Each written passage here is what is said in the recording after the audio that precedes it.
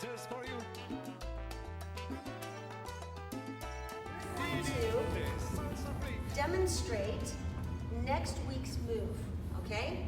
If you were doing high hands that week, now you're going to show them, okay, now we're going to show you some cool shoulder stuff. So let's do some shoulders. Ready? And 1, 2, 3, touch on 3, 1, 2, 3, 5, 6, 7, 1. And show them some stuff that they haven't seen yet, you know? Show them maybe a shoulder this, shoulder that, or whatever.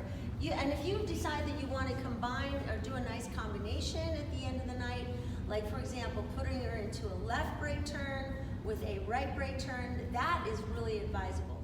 All right, so the next thing, so that's a demo of next week.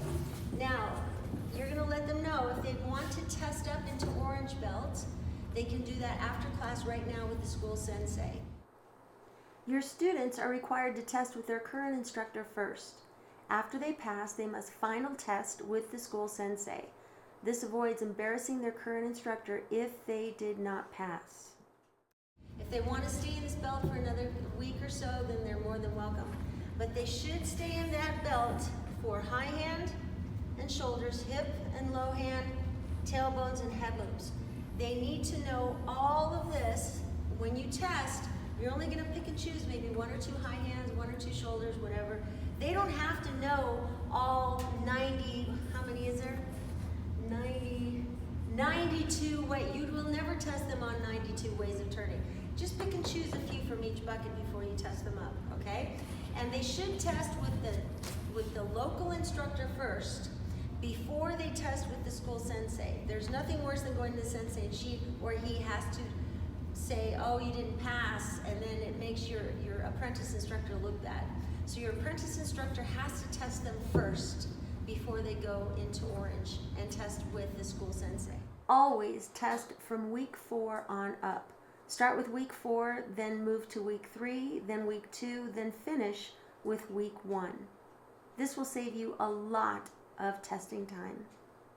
At the end of your night, you're going to want to say, okay, make sure that you guys put everything on Facebook.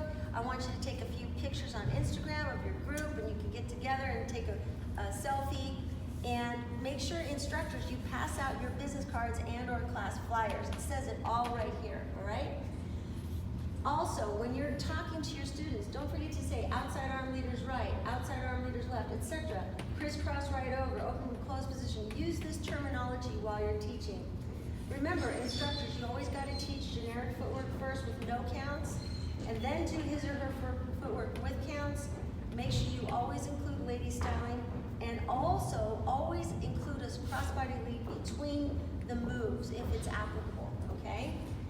And so now, on the back, we have the instructors say to the students, did you learn something? Are you glad you came? Are you going to come back next week? Connect with each other on Facebook between now and next week. We started a practice call list. I mean, that night we got like 11 people signing up on our practice call list. Actually, it was 12. We had equal numbers. So get them to sign up on their practice call list, put your school name, Facebook right there, etc. And now we're going to go through our huddle. And so we say, okay, everybody, huddle.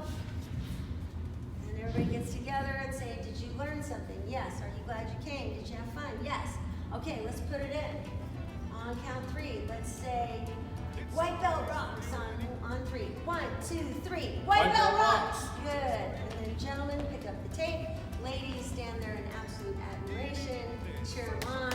Give him a hand. But never ever pick up the tape, ladies. It's his job to put it down as well as put it up. Okay? Thank you very much. Happy dancing. Like a simple kiss from the hand can be entrancing.